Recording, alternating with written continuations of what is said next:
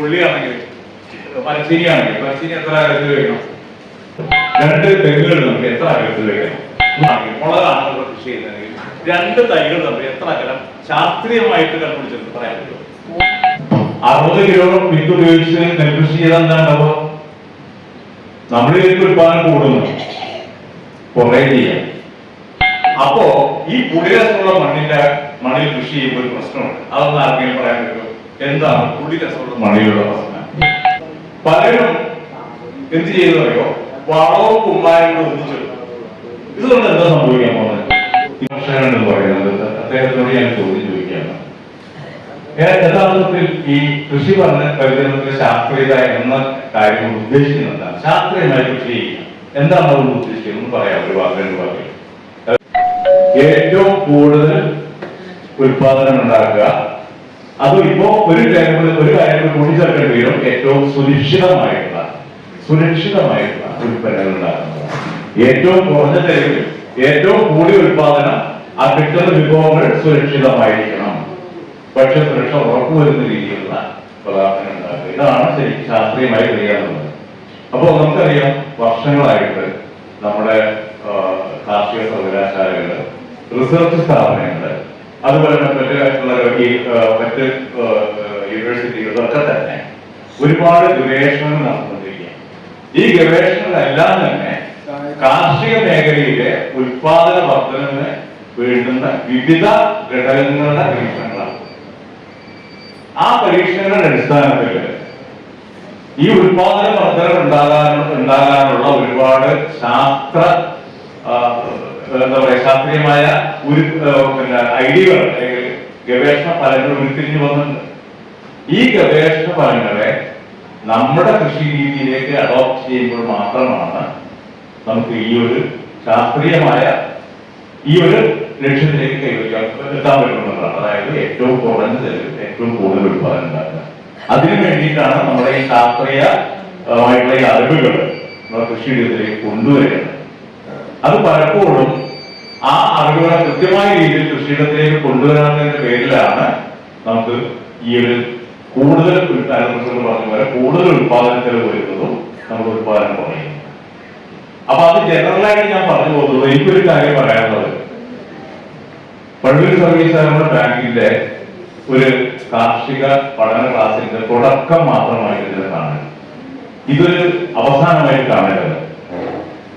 എന്ത് ചെയ്യണമെന്ന് വെച്ചാല് ഓരോ വിഭാഗത്തിൽ പെടുന്ന കർഷകരെ ഉൾപ്പെടുത്തിക്കൊണ്ട് അവർക്ക് മാത്രമായിട്ട് ക്ലാസുകൾ തുടർച്ചയായിട്ട് കൊടുക്കും. ഉദാഹരണം പറയുകയാണെങ്കിൽ നെല്ല്, ഇവിടെ നെല്ല് കൃഷി, പിന്നെ തെങ്ങ് കാര്യമായിട്ടുണ്ടോ? തെങ്ങുണ്ട്. അപ്പൊ തെങ്ങ് കർഷകരെ വിളിച്ച് അവർക്ക് തെങ്ങുമായി ബന്ധപ്പെട്ട പരിചരണ മുറകളെ കുറിച്ചുള്ള കൃത്യമായ ക്ലാസ് വേറെ കൊടുക്കും. പച്ചക്കറി, വാഴ, ഇങ്ങനെ ഓരോ ക്രോപ്പ് വൈസ് വിളകളുടെ അടിസ്ഥാനത്തിൽ തന്നെ വെറുതെ ജനറലായിട്ട് കുറെ കാര്യങ്ങൾ പറഞ്ഞ് കുറെ വളത്തിന്റെ കണക്കും പറഞ്ഞു പോയൊന്നും കൃഷി വികസിപ്പിക്കുക. നമ്മൾ തുടക്കം മുതൽ അതിന്റെ കൃഷി ഈ ഉൽപ്പന്നത്തിന് ശേഷം ആ ഉൽപ്പന്നം കൊണ്ട് എന്ത് ചെയ്യണം എന്നുകൂടി പഠിപ്പിച്ചാൽ മാത്രമേ ആ കാർഷിക നേട്ടം ഉണ്ടാവുള്ളൂ. യാതൊരു സംശയത്തില്ല, എന്നാലേ ഉണ്ടാവുള്ളൂ. അപ്പൊ അത്തരത്തിലേക്ക് അതിന് വിദഗ്ധരായിട്ടുള്ള കൃഷിവകുപ്പ് ഉദ്യോഗസ്ഥര്, യൂണിവേഴ്സിറ്റിയിലുള്ള ശാസ്ത്രജ്ഞന്മാരെ കിട്ടും. വേണം ഞാൻ പറഞ്ഞോട് ഞാൻ പറയുന്നില്ല, സയന്റിസ്റ്റുകളാണ് പോകുന്നത്. അത്തരത്തിൽ വളരെ ഇന്നോവേറ്റീവ് ആയിട്ടുള്ള, വളരെ ഡീപ്പായിട്ടുള്ള, ഇപ്പൊ ഇന്നത്തെ ഒരു ക്ലാസ്സിൽ ഇതിന്റെ ഒരു പ്രൊഫൈൽ വെച്ച് നോക്കുമ്പോൾ എനിക്ക് അധികം ഡീപ്പായിട്ട് പോകാൻ പറ്റില്ല. കാരണം അത് ആവശ്യമുള്ളവരല്ല പരിപാടികൾ. കാരണം അത് കൊടുത്താലും അത് അഡോപ്റ്റ് ചെയ്യുന്ന രീതിയിലുള്ള ഒരു പ്രൊഫൈൽ എല്ലാവരും എല്ലാ തരത്തിലുള്ള ആൾക്കാരുണ്ട്. അപ്പൊ കൃഷി മാത്രം, കൃഷിയിലേക്ക് മാത്രം ഊന്നിക്കൊണ്ട് അതിൽ മാത്രം കോൺസെൻട്രേറ്റ് ചെയ്തിട്ടുള്ള കർഷകരെ കൊണ്ടുപോകുന്ന അത്തരത്തിൽ ക്ലാസ് സംഘടിപ്പിക്കണമെന്ന് ഒരു റിക്വസ്റ്റ് ഞാൻ ഇവിടെ വയ്ക്കുകയാണ്. കാരണം അതായിരിക്കും നമുക്ക് കൂടുതൽ ഗുണം ചെയ്യാം. അങ്ങനെ ഒരു പരിപാടിക്ക് അതിപ്പോ ബാങ്ക് വിചാരിച്ച് ചെയ്യാവുന്ന കാര്യമുള്ളൂ. നമ്മൾ വെറുതെ കുറച്ച് നോട്ടീസ് അടിച്ച് ചെയ്ത കാര്യമില്ല, സെലക്ട് ചെയ്ത് വിളിച്ച് അതിനുവേണ്ടി നല്ല സ്പീഡ് വർക്ക് കൊണ്ടുവരണം. അപ്പൊ അവർക്കത് ഗുണകരമാണെന്ന് തോന്നിക്കഴിഞ്ഞാൽ അവർ വരും. അങ്ങനെ ഘട്ടഘട്ടമായിട്ട് ഒരു ഒറ്റ ദിവസം കൊണ്ട് നെൽകൃഷി മുഴുവൻ പഠിപ്പിക്കാൻ പറ്റില്ല. അത് തന്നെ പല ക്ലാസുകളായിട്ട് മാറ്റിക്കൊണ്ടിരിക്കുക. അതായത് ആദ്യം നമ്മൾ അതിന്റെ പരിചരണം, അതിന്റെ അഗ്രോണമി അല്ലെങ്കിൽ അതിന്റെ നടുവെപ്പ് കാര്യങ്ങളൊക്കെ, പിന്നെ അതിന്റെ കീടരോഗ നിയന്ത്രണങ്ങൾ, അങ്ങനെ ഘട്ടം 2 or 3 ക്ലാസുകളായിട്ട് സംഘടിപ്പിച്ച് അതിലേക്ക് ചെയ്തു കൊണ്ടുവരണം. അപ്പൊ നേരത്തെ പറഞ്ഞ ഈ വീടുകൾ ഇല്ലാതാവും, അതുകൊണ്ടുള്ള ഉത്പാദന കുറവ് നമുക്ക് അനുഭവിക്കേണ്ടി വരില്ല. പിന്നെ മറ്റു കാര്യങ്ങളൊന്നും നോക്കിയിട്ടുള്ളത് അവര് റിക്വസ്റ്റ് പറയുകയാണ്. അപ്പൊ ഏറ്റവും കുറഞ്ഞ ചെലവില് ഏറ്റവും കൂടുതൽ ഉത്പാദനം ഉണ്ടാക്കണം. അപ്പൊ അതിന് നമ്മൾ ഓരോ ഇതിന്റെ ഈ വിത്ത് തിരഞ്ഞെടുക്കുന്നത് മുതൽ അല്ലെങ്കിൽ മണ്ണ് തിരഞ്ഞെടുക്കുന്നത് മുതൽ കാലാവസ്ഥ നോക്കി കൃഷി ചെയ്യുന്നതുപോലുള്ള ഒരുപാട് കാര്യങ്ങൾ ശ്രദ്ധിക്കാനുണ്ട്. ഞാൻ ഹോസ്പിറ്റലിലേക്ക് പോവാം. നമുക്ക് ആദ്യമായിട്ട് നമ്മൾ മണ്ണിന്റെ കാര്യത്തിൽ എപ്പോഴും കൃഷി ചെയ്യുന്നതിന് മണ്ണ് എപ്പോഴും നല്ല ജൈവാംശമുള്ള മണ്ണാണ്. ഞാൻ പറഞ്ഞു മണ്ണൊക്കെ നശിച്ചുപോയി, മണ്ണ് മൊത്തം നശിച്ചുപോയി, രാസവളം ഉപയോഗിച്ചുകൊണ്ട് നശിച്ചുപോയി എന്ന രീതിയിലാണ് എല്ലാവരും സംസാരിച്ചുകൊണ്ടിരിക്കുന്നത്. അപ്പോൾ മണ്ണ് ജൈവാംശമുള്ള മണ്ണായിരിക്കണം, പോഷകസമൃദ്ധമായിട്ടുള്ള മണ്ണായിരിക്കണം, നീർവാർച്ചയുള്ള മണ്ണായിരിക്കണം, അല്ലെ? നീർവാർച്ചയുള്ള മണ്ണായിരിക്കണം. ഇപ്പൊ ഒരു വാഴകൃഷി ചെയ്യുകയാണെങ്കിൽ, പച്ചക്കറി കൃഷി ചെയ്യുകയാണെങ്കിൽ അവിടെ വെള്ളം കെട്ടിയിരിക്കുന്ന സ്ഥലത്ത് പറ്റില്ല. കൃത്യമായിട്ട് നീർവാർച്ചയുള്ള മണ്ണായിരിക്കണം. അപ്പൊ നമ്മൾ മണ്ണും കൃഷിസ്ഥലവും തെരഞ്ഞെടുക്കുമ്പോൾ തന്നെ ഒരുപാട് കാര്യങ്ങൾ ശ്രദ്ധിക്കാനുണ്ട്. ഇപ്പൊ നല്ല തണലുള്ള സ്ഥലത്ത് മുളകും വഴുതിനെയും ഒക്കെ നട്ടു കഴിഞ്ഞാൽ നന്നാവും.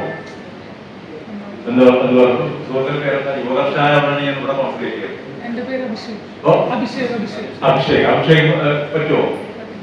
നല്ല നല്ല തവല ഷെയ്ഡ് ഉണ്ടാവോ? ശരിക്കും എന്താ വേണ്ടപ്പോ? സൂര്യപ്രകാശം. അപ്പൊ അതൊരു അറിവാണ്, ശാസ്ത്രീയമായിട്ടുള്ള അറിവാണ്. ഏത് പിന്നെ നമ്മുടെ സൂര്യപ്രകാശത്തിന്റെ അതിന്റെ എത്രത്തോളം കൂടുതലും കുറവും വേണം ഓരോ കൃഷിക്ക് എന്നുള്ളത് ഒരു ശാസ്ത്രീയ അറിവാണ്. അതാണ് അവിടെയുള്ള ശാസ്ത്രീയത. ഓക്കെ. അപ്പൊ മുളക്, വഴുതന, അതിന്റെ കാര്യത്തിൽ ഇവിടെ വേറെ കൂടി ഉണ്ടല്ലോ പറഞ്ഞേ. മുളക്, വഴുതന, അതേപോലെ വിത്തുള്ള ഒരു കാരണം പറഞ്ഞ അതൊക്കെ അമരാദേശീയ ഫാമിലിയാണ്. അപ്പൊ അത് ഒറ്റ ഫാമിലി, ഒറ്റ കുടുംബക്കാരാണ് ഈ മുളകും വഴുതനയൊക്കെ കഴിക്കുന്നത്. ഒറ്റ കുടുംബക്കാരൻ, പല സ്വഭാവം നമ്മളവർക്ക്. അപ്പൊ ഈ ഇതൊക്കെ നമുക്ക് ഏറ്റവും കൂടുതൽ സൂര്യപ്രകാശം അല്ലേ? ഏറ്റവും കൂടുതൽ സൂര്യപ്രകാശം. എന്നാൽ മത്തൻ, കുമ്പളം അത്തരത്തിലുള്ള വരുമ്പോ നമുക്ക് അത്രയും സൂര്യപ്രകാശം ഇല്ലെങ്കിലും ഒരൽപ്പം തണലായിട്ടുണ്ട്. അപ്പൊ തന്നെ നമ്മൾ ഓരോ കൃഷിയും തിരഞ്ഞെടുക്കുമ്പോൾ അതിന്റെ സൂര്യപ്രകാശത്തിന്റെ ആ അളവ് അല്ലെങ്കിൽ അത് എത്രയാണുള്ളത് കൃത്യമായിട്ടുണ്ട്. ജാതിയാണെങ്കിൽ കുറച്ച് താഴെ അല്ലേ? ജാതി കൃഷി കൂടി ഉണ്ടാവും. ജാതിക്ക് അത്യാവശ്യം തണലുമാണ്. ഇല്ലേ? തണല് വേണ്ടേ? അത് അത്ര വെയിൽ ആവശ്യമില്ല. കാരണം അതുപോലെ തെങ്ങാണെങ്കിൽ അത്യാവശ്യം നമുക്ക് വളർച്ച ആദ്യ ഘട്ടത്തില് കുറച്ച് വെയിൽ കുറവുണ്ടെങ്കിൽ പിന്നീട് വെയിൽ വേണമെന്നതാണ്. അത്രയും ഇത് വേണ്ട ജാതിക്ക്, അത്രയും വേണ്ട വാഴയ്ക്ക്. അങ്ങനെ ആ രീതിയിൽ. അതുപോലെ തന്നെ നമ്മുടെ ഭൂമിയിലുള്ള പ്രദേശത്തെ എല്ലാ സൂര്യപ്രകാശത്തിന്റെ മുകളിത്തട്ടിലും അടിത്തട്ടിലും ഏറ്റവും അടിയിലും കിട്ടുന്ന ആ സൂര്യന്റെ എനർജി അല്ലെങ്കിൽ അതിന്റെ സൗരോർജം സ്വീകരിച്ചുകൊണ്ട് ചെയ്യുന്ന മൾട്ടിപ്പിൾ ക്രോപ്പിംഗ് എന്ന് പറയും. അതായത് ഇല്ലേ, മിക്സർ ക്രോപ്പിംഗ്, മൾട്ടിപ്പിൾ ക്രോപ്പിംഗ് എന്ന് പറയും. തെങ്ങ് നട്ടു, തെങ്ങിന്റെ ഇടയിൽ കവുങ്ങ്, അതിന്റെ ഇടയിൽ ജാതി, അതിന്റെ ഇടയിൽ വാഴ, അതിന്റെ ഇടയിൽ പൈനാപ്പിൾ. ഇതൊക്കെ പണ്ട് ഞങ്ങൾ ആദ്യകാലഘട്ടത്തിൽ ഗ്രൂപ്പ് പഠിപ്പിക്കുന്നത് മൾട്ടിപ്പിൾ ക്രോപ്പിംഗ്. അപ്പൊ എന്താ, ആ എല്ലാ സൂര്യപ്രകാശം മൊത്തം ഇഞ്ചി അങ്ങനെ മിക്സർ ക്രോപ്പിംഗ് ചെയ്യുമ്പോൾ ആ പ്രദേശത്തുള്ള മുഴുവൻ സൂര്യപ്രകാശവും ആ ഭൂമിയിൽ ഇപ്പൊ 50 സെന്റ് സ്ഥലമാണെങ്കിൽ 50 സെന്റിലെ മുഴുവൻ സൂര്യപ്രകാശവും അതിന് ഉപയോഗപ്പെടുത്താൻ പറ്റുന്നതാണ്. അത് ഒരു ശാസ്ത്രീയമായിട്ടുള്ള പ്രശ്നം. ഓക്കെ. പിന്നെ നമ്മള് മണ്ണിന്റെ കാര്യത്തിൽ ഒരു കാര്യം മനസ്സിലാക്കേണ്ടത്, മണ്ണിന്റെ അമ്ലം ക്ഷാരനില നോക്കാതെ കൃഷി ചെയ്തു കഴിഞ്ഞാൽ നഷ്ടത്തിലാണ്.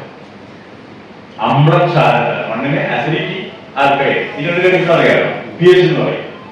നമ്മുടെ ഇവിടെ ഞാനിപ്പോ വന്നപ്പോ ഞാൻ എന്റെ ഒരു ആപ്പ് ഉപയോഗിച്ച് ഞാൻ പള്ളിയിലെ മണ്ണിന്റെ ഏകദേശം കടത്തിയെ നോക്കി. പറയൂ, ഇവിടെ പുളികൾക്കുള്ള മണ്ണാണോ അല്ലാതെ മണ്ണാണോ? അല്ലെ, ആണെന്നാണ് ഞാൻ നോക്കിയപ്പോ കണ്ടത്. ഇല്ലേ? അപ്പോ ഈ പുളിരസമുള്ള മണ്ണിൽ കൃഷി ചെയ്യുമ്പോൾ ഒരു പ്രശ്നമുണ്ട്. അതൊന്നും ആർക്കെങ്കിലും പറയാൻ പറ്റുമോ? എന്താണ് പുളിരസമുള്ള മണ്ണിലുള്ള പ്രശ്നം? അസിഡിക് സോയിലില് എന്ത് സംഭവിക്കും? വളരെ പിടിക്കില്ല. അതൊരു സയൻസിക് നോളജ്, ഒരു സയന്റിഫിക് നോളജാണ്. വളരെ പിടിക്കില്ല. പുളിരസമുള്ള മണ്ണിൽ വളമിട്ടാൽ പിടിക്കില്ല. എന്താ കാരണം? കാരണം പറയാം, സയന്റിഫിക് ആയിട്ടുള്ള കാരണം പറയാം.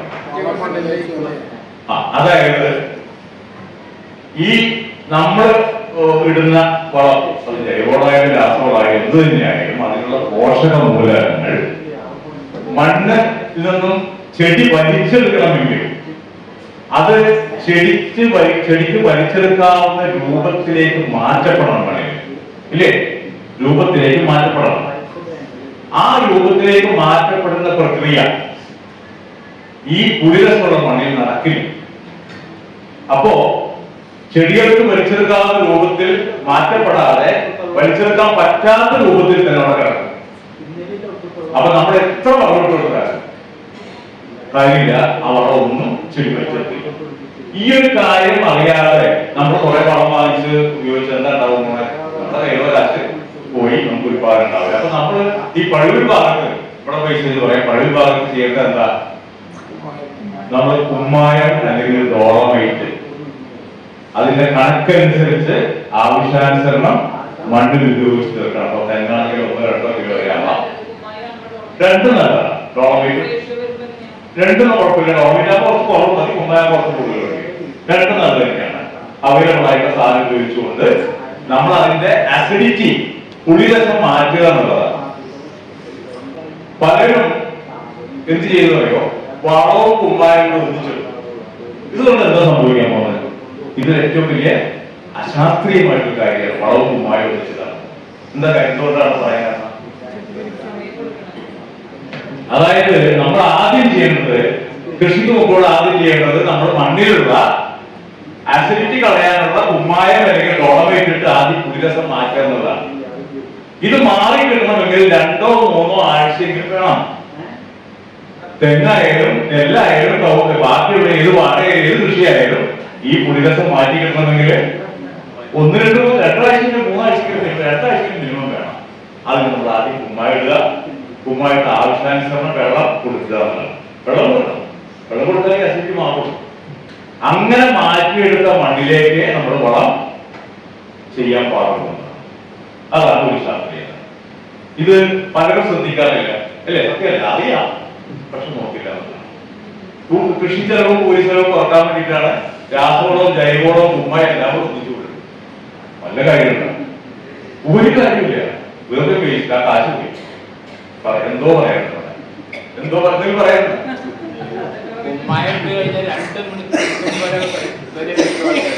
അടുത്ത പരിപാടി നമുക്ക് സമയമില്ല ഒന്നിനും.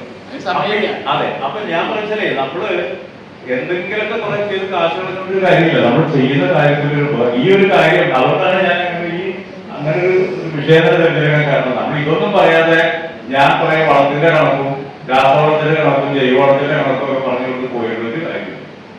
കാരണം അതിലെ സയന്റിഫിക് ആയിട്ടുള്ള കാര്യങ്ങൾ ആദ്യം മനസ്സിലാക്കണം, എന്നിട്ട് നമ്മൾ ഉപയോഗം പഠിക്കേണ്ട കാര്യമുള്ളൂ, അല്ലെ? അപ്പൊ അതാണ് ഒരു കാര്യം. ഇനി ഈ മണ്ണിൽ നമുക്ക് ആദ്യം തന്നെ വേണ്ടത്, നമ്മള് ഒരു ചെടി നന്നായിട്ട് വളരണമെങ്കിൽ അല്ലെങ്കിൽ അതിന്റെ ഉത്പാദനം ഉണ്ടാകണമെങ്കിൽ ആ ചെടിക്ക് ആവശ്യമായ ഒരു അന്തരീക്ഷം മണ്ണിൽ ഉണ്ടാക്കാനുള്ളതാണ്. ആദ്യം പോഷകമൂലവും വളവും അല്ല വേണ്ടത്. ആദ്യം വേണ്ടത് ചെടിയുടെ അവിടുത്തെ വേര് പഠനത്തിൽ അതിന്റെ ജൈവ അവസ്ഥ നിലനിർത്തുക. നമുക്കറിയാം, നമ്മൾ മണ്ണിലിടുന്ന എന്ത് വളമായാലും അത് വലിച്ചെടുക്കാൻ പാകത്തിലാക്കുന്നത് സൂക്ഷ്മജീവികളാണ്, വളരെ മൈക്രോസാണ്. ഈ സൂക്ഷ്മജീവികളെ മണ്ണിൽ നിലനിർത്താത്തോളം കാലം നമ്മൾ എന്ത് വളർത്തിയിട്ടും കാര്യമില്ല. അപ്പൊ നമ്മളെന്താ ചെയ്യുന്നത്? ആവശ്യമുള്ള ജൈവാംശം മാറ്റുന്ന രീതിയിലുള്ള പ്രവർത്തനങ്ങൾ ചെയ്യണമെന്നതാണ്. മാക്സിമം ജൈവവളം ഇട്ടുകൊണ്ട് തന്നെ ഭൂമിയുടെ മണ്ണിന്റെ ഘടന നിലനിർത്തുന്നതാണ്.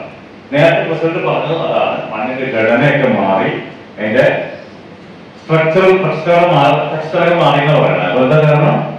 ഇത്തരത്തില് കൃത്യമായ രീതിയിൽ ജൈവാംശം മണ്ണിലിട്ട് കൊടുക്കാതെ രാസവളം ആവശ്യമില്ലാത്ത അളവിൽ മണ്ണിലിട്ട് കൊടുക്കുമെന്ന് വരും. മണ്ണിലുള്ള സൂക്ഷ്മജീവികൾ മുഴുവൻ നശിച്ചു പോകും, ഇല്ലേ?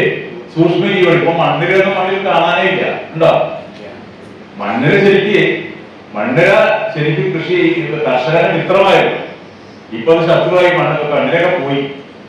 ഈ മണ്ണിലേക്ക് ഇല്ലാതായത് തന്നെയാണ് മണ്ണ് നശിക്കാൻ കാരണമാണ്. മണ്ണിന്റെ ആ ഒരു ജൈവ ഘടന പോകാനുള്ള കാരണം. അപ്പൊ നമ്മൾ തിരിച്ചു വരണം.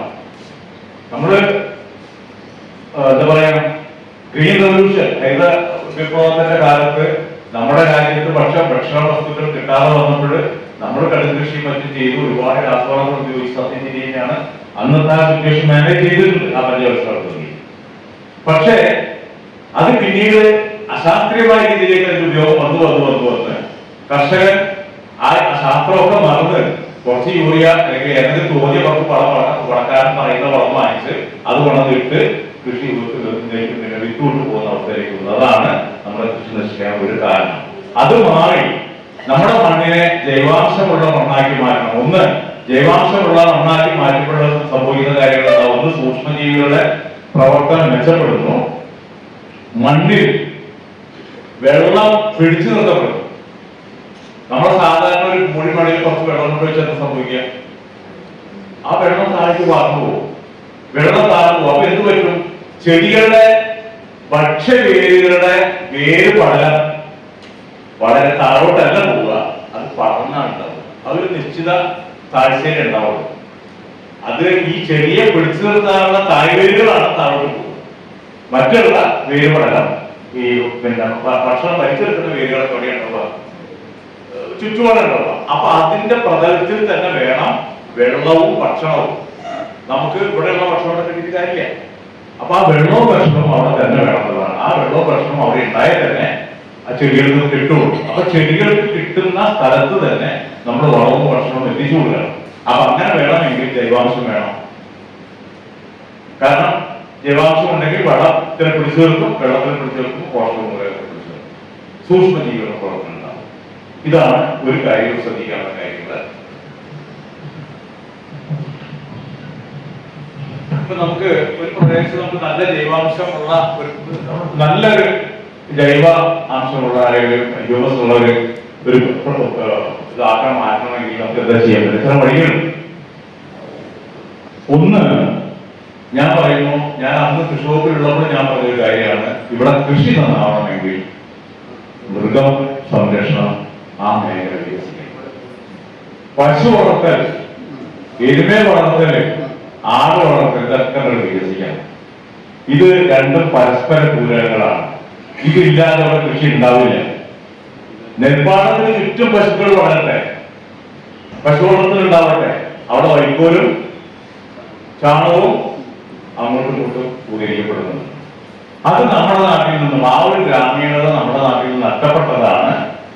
നമ്മുടെ മണ്ണിന്റെ ഈ ഒരു ജീവൻ നിലനിർത്തി പോകാൻ പറ്റാതായത്. കാരണം ചാണകം എന്ന ആ ഒരു എന്താ പറയാ, ഒരു ദൈവം തന്നൊരു വരദാനം എന്നൊക്കെ പറയുകയാണെങ്കിൽ ചാണകമാണ് നമ്മുടെ ഭൂമിയിൽ ഏറ്റവും നല്ല ദൈവമാണ്. അത് നമുക്ക് കിട്ടാനില്ല, എന്തിലും കൂട്ടുക എന്നുള്ളതാണ് ഒരു കാര്യം. പിന്നെ അതുപോലെ തന്നെ മറ്റു തരത്തിലുള്ള പിണ്ണാക്കുകളും കാര്യങ്ങളൊക്കെ നമുക്ക് നമ്മുടെ ഭൂമിയിൽ ചേർത്തുകൊണ്ട് നമുക്ക് ജൈവാംശമുള്ള മണ്ണാക്കി മാറ്റാം. അതേപോലെ തന്നെ നിങ്ങൾക്ക് ചെയ്യാവുന്നത്, ഒരു സ്ഥലം, ഞാൻ ഒരു 10 സെന്റ് സ്ഥലം ഞാൻ പള്ളിയിൽ വാങ്ങിക്കുകയായിരുന്നു. എനിക്ക് അവിടെ കൃഷി ചെയ്യണം. ഞാൻ നോക്കുമ്പോൾ മണ്ണൊക്കെ വെറും കൂടി മണ്ണാണ്, അതിൻ്റെ അകത്തൊരു സാധനമില്ല, വെറും ഒന്നുമില്ല, വെറും അതിൻ്റെ അകത്ത് ഒരു കുഴപ്പമൊന്നുമില്ല. അപ്പൊ ഞാൻ എന്താ ചെയ്യാന്ന് പറയും? ഞാൻ ആദ്യം ചെയ്യാവുന്ന നന്നായിട്ട് കിളച്ചിട്ട് ഞാൻ ഒരു കുറേ ഒരു 5-6 സീസൺ പയറുവിത്തകൾ കളിക്കും. അത് പയറും കളിക്കും, ചാമ്പ് കളിക്കും, ഡേഞ്ചർ സണ്ണം, ഇതുപോലെ തന്നെ പച്ചവളങ്ങളുണ്ട്, വളത്തിൽ ഇതൊക്കെ അങ്ങനെ ഒരു 5-6 ഒരു കൃഷി ചെയ്യില്ല. ഇതൊക്കെ ചെയ്യും. ഇടക്കിടക്ക് കുറെ ചാണകം കൊണ്ടുവന്ന് ഞാൻ ഈ വളപ്പയർ കാര്യങ്ങളൊന്നും വളർത്തിയാലോ എന്താ ചെയ്യുക? അവിടെ തന്നെ അത് കുഴിച്ചു കൂടെ ചെയ്യില്ലേ, കിളച്ചു മൂടി അതിന്റെ പുറത്ത് ചാണകം കിളച്ചു കൊണ്ടു. അങ്ങനെ ഒരു 2-3 കൊല്ലം ഞാൻ ഈ പ്രക്രിയ ചെയ്യുമ്പോൾ മണ്ണിന്റെ ഘടന തന്നെ മാറുന്നതാണ്. എന്നിട്ട് ഞാനവിടെ കൃഷി ചെയ്യും. ഇതാണ് ചെയ്യേണ്ടത് നിങ്ങൾ. അപ്പൊ ഈ ഒരു ബോധം നമുക്ക് ഉണ്ടാവുന്നതാണ്. അല്ലാണ്ട് കൃഷിയുടെ ഉത്പാദനം കുറയുന്നു എന്ന് മറുപടിയിട്ട് കാര്യമില്ല, അത് ചെയ്യുക. പിന്നെ അടുത്ത ഒരു ശാസ്ത്രീയമായിട്ടുള്ള ഒരു കാര്യത്തിലേക്ക് വരികയാണ്. കാലാവസ്ഥയെ കുറിച്ച് പറഞ്ഞു. നേരത്തെ പ്രസിഡന്റ് പറഞ്ഞ കാര്യം, ആ നടിയിൽ നമ്മള് വിത്തിന്റെ ക്വാണ്ടിറ്റി തിരഞ്ഞെടുക്കും. നെല്ലിത്താണെങ്കിൽ പറഞ്ഞല്ലേ 30-35 കിലോ ഒരു ഏക്കറിന്. 60 കിലോ വിത്ത് ഉപയോഗിച്ച് നെൽകൃഷി ചെയ്താൽ എന്താ ഉണ്ടാവുക? നമ്മളിലേക്ക് ഉത്പാദനം കൂടുന്നു, കുറേ ചെയ്യാം. കാരണം ഓരോ ചെടികളും അതിന്റെ വേര് പടലത്തിന്റെ വ്യാപ്തിയുടെ അടിസ്ഥാനത്തിൽ എത്ര അകലത്തിൽ സ്ഥിതി ചെയ്യണം എന്നുള്ളത് ശാസ്ത്രീയമായിട്ട് കണ്ടുപിടിച്ചിട്ടുണ്ട്. അതിന് ശാസ്ത്രജ്ഞരുണ്ട്. നമ്മളിപ്പോ ഈ ഹോളില് 50 പേർക്ക് ഇരിക്കാവുന്ന ഹോളാണെങ്കിൽ 50 പേര് ഇരുന്നാലേ കംഫർട്ടബിൾ ആയിട്ട് ഇരിക്കാൻ പറ്റുള്ളൂ. നമ്മളൊരു 500 പേരത്തിന്റെ അകത്ത് കൊണ്ടുവന്ന എന്തായിരിക്കും അവസ്ഥ? ഒരാൾക്കും കംഫർട്ടബിൾ ആയിട്ട് ഇരിക്കാൻ പറ്റില്ല. നമ്മൾ 50 പേർക്കുള്ള ഭക്ഷണമേ നമ്മൾ ഈ ഹോളിൽ അറേഞ്ച് ചെയ്തിട്ടുള്ളൂ. 500 പേരെ ക്ഷണിക്കുകയും ചെയ്തു. എന്താ ഉണ്ടാവുക? ആർക്കും ഭക്ഷണം ശരിക്കും കിട്ടില്ല, ആർക്കും ഇരിക്കാൻ സ്ഥലം കിട്ടില്ല. ഇത് തന്നെയാണ് കൃഷിയുടെ കാര്യത്തിൽ. ഒരു സെന്റിൽ എത്ര ചെടി വേണം എന്നുള്ളത് കൃത്യമായിട്ട് നമുക്ക് ഒരു ശാസ്ത്രീയ കണക്കുണ്ട്. ഇതുപോലെ ആ സ്ഥലത്ത് ഇരിക്കാവുന്ന ചെടികളെ കൊണ്ടുവരാൻ പാടുള്ളൂ, അല്ലെങ്കിൽ അവർക്ക് അവിടെ ഇരിക്കാൻ സ്ഥലം കിട്ടില്ല.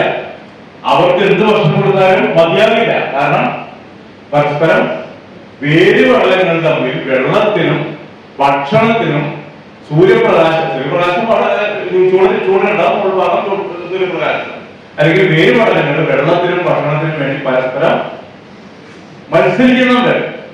ആ മത്സരത്തിന്റെ ആ ഒരു തീവ്രത ഏറ്റവും കുറയുന്ന അകലത്തിലെ ചെടികൾ ഉണ്ടാകാൻ പാടുള്ളൂ. ഈ നെല്ലുക്ക് എണ്ണം കൂടുന്നത് വരും, ക്വാണ്ടിറ്റി കൂടുന്നത് വരും. അത് ഇതിന്റെ പിന്നെ എന്താ പറയാ, അതിന്റെ വേരുപടലങ്ങൾ തമ്മിൽ തിക്കാവും, മത്സരം.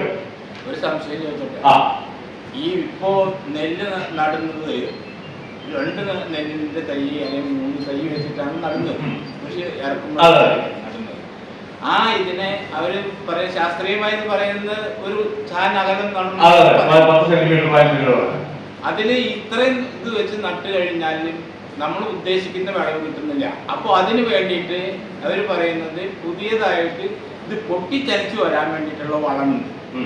ഈ വളം കൊടുക്കാനാ പറയുന്നത്. അപ്പോ ഈ വളം കൊടുക്കുമ്പോൾ അത് വിരിഞ്ഞ് നമുക്ക് കാണാവുന്നതാണ്. വിരിഞ്ഞ് ഇത്ര സ്ഥലത്തേക്കുള്ള ഒരു കടയായിട്ട് കാണുന്നു.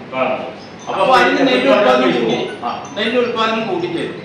അപ്പൊ ആ കണ്ടീഷനും ഈ കണ്ടീഷനും പറയുമ്പോ സാറ് ഈ പറഞ്ഞ കണ്ടീഷനും ആകുമ്പോ എങ്ങനെ ഒക്കുക? ഇല്ല, അതായത് നമ്മള് ഈ പറഞ്ഞ അകലം കൊടുത്തില്ലെങ്കിൽ അത് പറ്റും. അല്ല, ഞാൻ പറഞ്ഞില്ലേ 10 സെന്റിമീറ്റർ പറഞ്ഞു. ആ അകലം കൊടുക്കാതെ 2 സെന്റിമീറ്ററിലാണ് നട്ടെങ്കിൽ എന്താ ഉണ്ടാവുക? ഈ പറഞ്ഞ പൊട്ടിച്ചെടുക്കുമ്പോൾ എന്ത് പറ്റും? പൊട്ടിച്ചെടുക്കാൻ അവിടെ കടമുട്ടി തന്നെയാണ് സ്പേസിൽ കൊടുക്കാൻ പറയണത്. അതുകൊണ്ടാണ് ആ അകലം കൊടുക്കാൻ പറയുന്നത്. അത്രേ ഉള്ളൂ. ആ അകലം വേണമെന്ന് പറഞ്ഞതിന്റെ കാരണം അതാണ്. അത് ചെലച്ച് വരുമ്പോ പൊട്ടി വരുമ്പോ അതും കൂടി അക്കോമഡേറ്റ് ചെയ്യാനുള്ള സ്ഥലം കൊടുക്കണം. അതിന് വേണ്ടിയിട്ടാണ് ഞാൻ പറയുന്നത്. അപ്പൊ അങ്ങനെ വരുമ്പോ നമ്മൾ ഉദാഹരണം പറയാൻ ഇപ്പൊ നമ്മൾ പച്ചക്കറി എടുക്കാം. പച്ചക്കറി ആണെങ്കിൽ നമ്മൾ സാധാരണ ഇപ്പൊ ഞാൻ വിഷമമൊന്നുമില്ല, വാഴ. ഞാൻ ഒരു എക്സാമ്പിൾ പറയാം. നമുക്കൊരു പച്ചക്കറി ആദ്യം എടുക്കാം. പച്ചക്കറിയില് ഒരു 10 സെന്റ് സ്ഥലത്ത് എനിക്ക് മുളക് കൃഷി ചെയ്യാം. മുളക് കൃഷി ചെയ്യാം. അപ്പൊ നമ്മൾ ആദ്യം മുളക് തൈകൾ ഉണ്ടാക്കിയിട്ടാണ്, നമ്മൾ നേരിട്ടുകൊണ്ട് ചെയ്യില്ല, മുളക് തൈകൾ ഉണ്ടാക്കും. ഈ തൈകൾ ഉണ്ടാക്കിയിട്ട് എത്ര അകലത്തിലാണ് ഓരോ മുളക് തൈ നടുക? എത്ര അകലത്തിൽ? മുളക് തൈകളാണെങ്കിൽ, മുളകാണ് കൃഷി ചെയ്യുന്നതെങ്കിൽ 2 തൈകൾ തമ്മിൽ എത്ര അകലം ശാസ്ത്രീയമായിട്ട് കണ്ടുപിടിച്ചിട്ട് പറയാൻ പറ്റുമോ? 3 അടി 90 സെന്റിമീറ്റർ. അടുത്ത 2 അടി അകലം. ഓക്കെ. പിന്നെ 3 അടി അകലത്തിലും മുളക് നട്ടാൽ മുളക് ഉണ്ടാവും, 2 അടി അകലത്തിൽ നട്ടാൽ മുളക് ഉണ്ടാവും. അപ്പൊ നമുക്ക് വേണ്ടത് 5 സെന്റ് സ്ഥലത്ത് മുളകിന്റെ എണ്ണം പരമാവധി കുറയാനും പാടില്ല, കൂടാനും പാടില്ല. ആ ഒരു അകലം യൂണിവേഴ്സിറ്റി കണ്ടുപിടിച്ചിട്ടുണ്ട്. അതനുസരിച്ച് അവർ യൂണിവേഴ്സിറ്റി പറയുന്നത് 1.5 അടി അകലമാണ്, 45 സെന്റിമീറ്റർ. വരികൾ തമ്മിലും മുളകിന്റെ ഇത് എന്താ പറയാ, ഇത് കൂടുന്ന ടൈപ്പ് ആണെങ്കിൽ കൂടി കൂട്ടാം. സാധാരണ മുളക് 40 സെന്റിമീറ്റർ ആണ് യൂണിവേഴ്സിറ്റി പറയുന്നത്. അത്ര വേണ്ടെന്ന് പറയുന്നത്. കാരണം അതിന്റെ വേരുപടലത്തിന്റെ വ്യാപ്തി അനുസരിച്ചാണ് ഈ അകലം പറഞ്ഞിരിക്കുന്നത്. എന്നാൽ വഴുതനാണെങ്കിലോ എത്രയാകാം? വഴുതനാണെങ്കിൽ ജസ്റ്റ് സംഭവം പോലാണ്. വഴുതനാണെങ്കിൽ കുറച്ചുകൂടി കൂടുതൽ വരും. 2.5 അടി അകലം വരുമോ വഴുതന?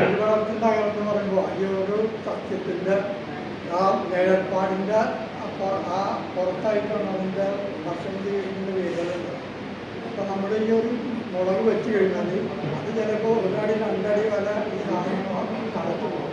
അപ്പൊ അതിന് പുറത്തായിട്ട് അല്ല, ഞാൻ പറഞ്ഞാലേ വേരുപടലത്തിന് മാത്രമല്ല, അതിന്റെ കനോപ്പിയുടെ സൈസിൽ കൂടി നോക്കിയിട്ടാണ് ഈ യൂണിവേഴ്സിറ്റി റിസർച്ച് ചെയ്തിട്ട് ഇത് കണ്ടുപിടിച്ചിട്ടുള്ളത്. 40 സെന്റിമീറ്റർ. ഞാൻ യൂണിവേഴ്സിറ്റിയുടെ പോയിന്റാണ് ഞാൻ കൊണ്ടിരിക്കുന്നത്. ഈ ഇതില് വ്യത്യാസങ്ങൾ വരാം. ഞാൻ പറഞ്ഞാലേ ഇപ്പൊ നമ്മൾ ചിലപ്പോൾ നേരത്തെ പറഞ്ഞ പോലെ 45 സെന്റിമീറ്റർ വെച്ച് ഒരാൾ ചെയ്യുന്നു, മറ്റാൾ 60 സെന്റിമീറ്റർ ചെയ്താൽ ചിലപ്പോൾ ഉത്പാദനോടെ കൂടാവും പ്രശ്നമില്ല. ഒരു ഏകദേശം ഒരു ഗവേഷണത്തിന്റെ അടിസ്ഥാനത്തിലുള്ള അകലാണ് ഈ പറയുന്നത്. അതായത് താഴെയുള്ള വേരുപടലങ്ങളോട് മത്സരിക്കാൻ പാടില്ല, എന്നാൽ അതിന്റെ ഇലകളും ചില്ലകളും തമ്മിൽ മുട്ടി, രണ്ട് ചെടികൾ തമ്മിൽ മുട്ടിയിട്ട് അത് പ്രശ്നം ഉണ്ടാകാൻ പാടില്ല എന്ന രീതിയിൽ പല പ്ലോട്ടുകൾ തിരിച്ച് പല സെന്റിമീറ്ററിലും അവിടെ പിന്നെ ചെയ്തിട്ട് അതിൽ നിന്ന് ഏറ്റവും നല്ല രീതിയിൽ സ്റ്റാറ്റിസ്റ്റിക്സുകൾ എടുക്കുന്ന സംഭവമാണത്. അപ്പൊ ഞാൻ പറഞ്ഞു വരുന്നത് ഇതുപോലെ, അതുപോലെ തക്കാളിയാണെങ്കിൽ പറയുന്നത് 2 അടിയാണ്, അതുപോലെ പടവലും പാവലും നമ്മൾ ചെയ്യുകയാണെങ്കിൽ 2 മീറ്റർ അകലത്തിൽ 3 വിത്തുകൾ ചെയ്താൽ പറയുന്നത്. ഞാനിപ്പോ ഇതിപ്പോ ആ പച്ചക്കറി കൃഷി വരുമ്പോഴേ ഇത് കൃത്യമായിട്ട് പറയുന്ന കാര്യമുണ്ട്, ഞാൻ എക്സാമ്പിൾ പറഞ്ഞു പോവാണ്. അപ്പൊ ഇത്തരത്തിൽ ഓരോ ചെടികൾ, ഇപ്പൊ തെങ്ങാണെങ്കിൽ നമ്മൾ ഒരു ഏക്കർ സ്ഥലം വാങ്ങിച്ചതാണ്, ഒരു ഏക്കർ സ്ഥലം വാങ്ങിച്ചത് അയാൾക്ക് തെങ്ങ് നടണം, അതിൽ എത്ര അകലത്തിൽ നടണം തെങ്ങ് എന്ന് പറയാൻ പറ്റും? 2 തെങ്ങുകൾ നമുക്ക് എത്ര അകലത്തിൽ വെക്കണം എന്ന് പറഞ്ഞേ, ഒന്ന് പറയൂ. 4 മീറ്റർ അവിടെ പറഞ്ഞു. ഓ 10 സെന്റിൽ 10 തെങ്ങ്. ഓക്കെ, അപ്പൊ 2 തെങ്ങുകൾ തമ്മിൽ അകലം എന്ന് പറയാൻ പറ്റും? 16 അടി. അങ്ങനെയൊക്കെ നമുക്ക് പറയാം. സയന്റിഫിക്കായിട്ട് എത്ര ഫീറ്റ്, എത്ര മീറ്റർ എന്ന് പറയാൻ പറ്റുമോ? 5 മീറ്റർ അവിടെ പറയാം. കാർഷിക യൂണിവേഴ്സിറ്റിയുടെ ഗവേഷണ ഫലം പറയുന്നത് 7.5 മീറ്റർ അകലാണ് 2 തെങ്ങുകൾ തമ്മിൽ വെക്കാവുന്നതാണ്. കാരണം അതിന്റെ വളം വലിച്ചെടുക്കാനുള്ള വേരുകൾ 6 അടിക്കുള്ളിലായിട്ട് വരിക. അതായത് കടഭാഗത്ത് നിന്നും 6 അടിക്കുള്ളിലായിട്ടാണ് വരുന്നത്. 6 അടിക്ക് ഉള്ളിലായിട്ടാണ് കടഭാഗം വരുന്നത്, പക്ഷി വേരുകൾ വരുന്നത്. അപ്പൊ നമ്മൾ ശരിക്ക് നമ്മളിവിടെ നിലവിൽ പല റോഡുകളിലും സ്ഥിതി ചെയ്യുന്ന തെങ്ങുകളൊന്നും ശാസ്ത്രീയമായിട്ടുള്ള അകലത്തിലല്ല. പഴയ കാലത്ത് അങ്ങനല്ല. പറയാൻ കാരണന്മാര് പറയാ ഈ തെങ്ങിന്റെ ഓലയിൽ നിന്ന് കടക്കാൻ പാടില്ല എന്നൊക്കെ പറയും. കവുങ്ങാണെങ്കിൽ ഒരു കവുങ്ങിൽ കയറിയാ എല്ലാ കവുങ്ങിലും കയറാൻ പറ്റണമെന്ന് പറയും. ഈ അകലം വേണ്ടത് ശരിയാണ്. പക്ഷെ ഞാൻ പറഞ്ഞു വരുന്നത് അന്ന് ഇന്നത്തെ മാതിരി ശാസ്ത്രീയത അന്നില്ലല്ലോ. ഇല്ല. അപ്പൊ അതുകൊണ്ട് തന്നെ എല്ലാ പറമ്പുകളിലും തെങ്ങ് നിൽക്കുന്നത് ഈ ഇങ്ങനെ ശാസ്ത്രീയ അകലത്തിലൊന്നുമല്ല. 4 അടി അകലത്തിൽ നിൽക്കുന്നുണ്ട്, 5 അടി അകലത്തിൽ നിൽക്കുന്നുണ്ട്. അത് തന്നെ നമ്മുടെ ഉത്പാദനം കുറയാനുള്ള ഒരു കാരണമാണ്. അപ്പോ ശാസ്ത്രീയമായിട്ട് കാർഷിക ഗവേഷണ ഫലങ്ങൾ ഉപയോഗപ്പെടുത്തി സ്വന്തം പ്ലോട്ടിലുള്ള ആ തെങ്ങിന്റെ നില നന്നാക്കണം ആഗ്രഹിക്കുകയാണെങ്കിൽ ആദ്യം ചെയ്യുന്നത് എന്താ? ആ 7.5 മീറ്റർ ഏകദേശം വരുന്ന രീതിയിൽ ഇടയിലുള്ള തെങ്ങുകളൊക്കെ മോശമായ തെങ്ങുകളൊക്കെ നമുക്ക് വെട്ടിക്കളയണമെന്നാണ്. എന്നിട്ട് അതിന്റെ തെങ്ങുകൾ അകലം പരിമിതിപ്പെടുത്തുക. പുതിയ കൃഷി തുടങ്ങാൻ അല്ലെങ്കിൽ തെങ്ങ് കൃഷി ഉദ്ദേശിക്കുന്നുണ്ടെങ്കിൽ ആ സ്ഥലത്ത് 7.5 മീറ്റർ അകലത്തിൽ തൈ വയ്ക്കുക എന്നതാണ്.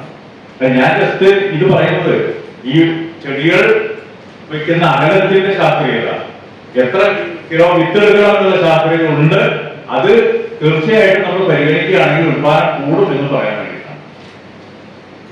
അങ്ങനെ ഓരോന്നിനും ഓരോ അളവ് വെച്ചിട്ടുണ്ട്. അതുപോലെ ഇപ്പോ പുള്ളിയാണെങ്കിൽ മരച്ചീനി എത്ര അകലത്തിൽ വെക്കണം? 2 പൊടി തമ്മിൽ എത്ര അകലത്തിൽ വെക്കണം? പക്ഷെ ശാസ്ത്രം, നമ്മുടെ കാർഷിക ശാസ്ത്രം പറയുന്നത് 1 മീറ്റർ വേണം, 90 സെന്റിമീറ്റർ വേണം. ഒന്നുമല്ല, അതിന്റെ അടിയിൽ കൃത്യമായിട്ട് ആ എന്താ പറയാ കപ്പ് ഉണ്ടാവണം, നന്നായിട്ട് ഉണ്ടാവണമെങ്കിൽ 90 സെന്റിമീറ്റർ അകലം വേണമെന്ന് പറയണം. നമ്മൾ ചെയ്യാറില്ല. നമ്മുടെ അടിയിൽ 2 അടി വരുന്നത് ഞാൻ പലപ്പോഴും വെള്ളത്തിൽ വർക്ക് ചെയ്യുമ്പോൾ പലപ്പോഴും റോഡിൽ പോകുമ്പോ കാണുന്നത് സംഗതി അവിടെ കാണുന്നത് ഒരടി 2 അടി അകലത്തില്ല.